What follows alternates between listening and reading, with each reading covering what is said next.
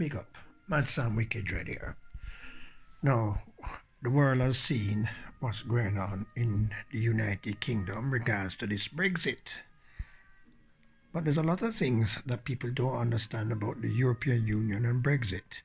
Whether you be a Remainer or a Leaver, a Conservative, a Labour, Lib Dem, an expat. But let's put aside the political individual of I vote for a party because of my great-grandparents, or put aside what the MP says. So let's look at the facts. Britain joined what you call the European Exchange Mechanism and the European Common Market many years ago in the 70s. And Brits used to go to Europe. Europeans used to come to England. And there was never a problem. You just got your passport, you went to the port, and you go, and likewise they come. The only time you needed a visa is if you were not British. And you bring in all, at the time you could have bring in back as within a certain sense of sensibility, a certain amount of rum, tobaccos and stuff. And I say this because I used to drive the coaches and do all these things, what you call the beer rums and the cigar runs to Europe and back.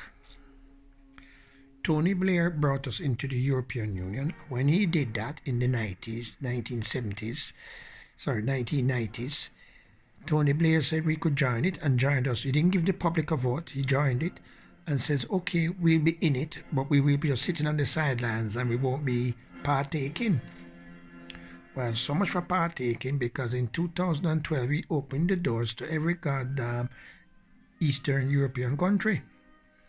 Now, there's nothing wrong in having a freedom of movement, but why do we have to pay somebody £300 million a week to be a part of an organization that we give them 300 million, they take it to subsidize their farmers, who have now said, French and German farmers have now said, that if we come out of the European Union, they're going to be starting a rebellion in France and Germany, because they will now have to pay 25% and go back to work.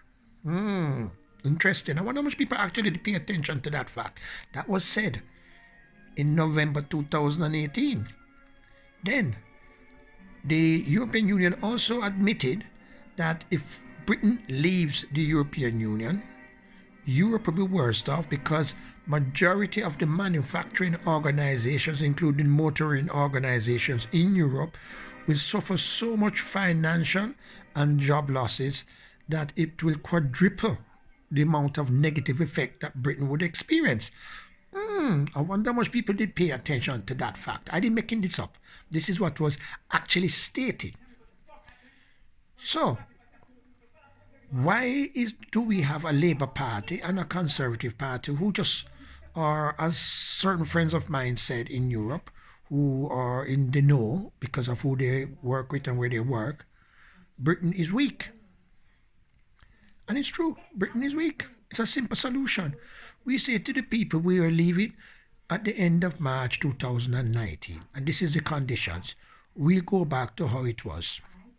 Right? Basic, your goods come on forth, movement come on forth, but no European can work in this country without a visa. And they can only do that if a company can prove 100% why they're going to pay this person £5 an hour, because they don't want to pay the British man the £8 an hour. It is also a known fact that most of these housing associations, social housing associations from Heights, Phoenix, London and Quadrant to name, in the UK, hire these cheap Eastern Europeans to do these jobs on the cheap for refurbishments of their properties. And when they're done, within 6 months to a year, they have to send other operatives back in, British ones, to redo their jobs. And I say that because I know I've sat on some of these committees and I have partaken in some of these repairs as a subcontractor. So it proves a point. These people don't know what they're doing and they cannot do the job because all they goes, in my country I am a plumber. And they just automatically switch them over to a UK standard. Whereas in the UK, we got to do a CPC for the truck. We got to do all these different regulations and hoops to jump through. Something seems very biased here, right? We cannot drive in Europe without certain regulations and things with us, as in driver's license, insurance, and all these things. And if we get a parking ticket, speeding ticket, we have to pay it there and then, yeah, and stuff. We cannot get medical treatment without being billed. But they can all walk into the UK and get everything for free. Listen, British people, stop your jackassing crap, right? Get up tomorrow morning, right, and march the streets. Start a rebellion. I'm not talking about burning down the place and violence. Rebellion. Get up, march, stand still, shut the country down, and let the government know this is what we want. And when they talk about customs and lorry, as the port said, all that is scaremongering. The actual Dover custom port said what they were saying is a bunch of scaremongering. So it proves it. Now, whether you're a Remainer or a Leaver, you try and have a second referendum. Remember, you're going to have a bigger problem. Because that means when you have an election and the Labour win, people say, well, hold on, I don't like, let's have another election and you're going to play this game. Respect the decision, whether you like it or not, and whether I like it or not. And let's do it the right way. Simple. Shut the door, shut the gates. And all those who are here, if they want to stay, they got to prove. And we're not talking about it. They have to go and sit in front of an English-speaking panel and show that they can speak, read, and write, and do a written test, basic test in English. And if they fail it, you don't get your residence, pack up and leave. Home you go.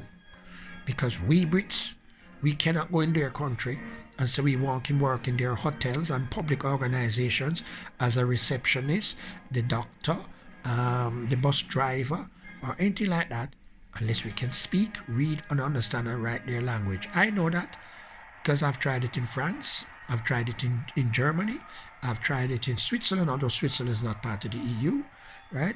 I've tried it in Sweden. Yeah. So I know. And I drive there a lot. So, you British people, especially you black ones, stop being so damn selfish. Get up tomorrow morning and send an email to your MP and says, we want out now. These are the conditions, like I just told you. Right? It's simple. There's nothing to debate. There's nothing to argue about and all of this rubbish. They either do it or you tell them straight, so look, you either do this now, those are the conditions, like I laid out, that you do, or we're going to ask for immediate removal of you as an MP because you're not representing us but your own self-ego.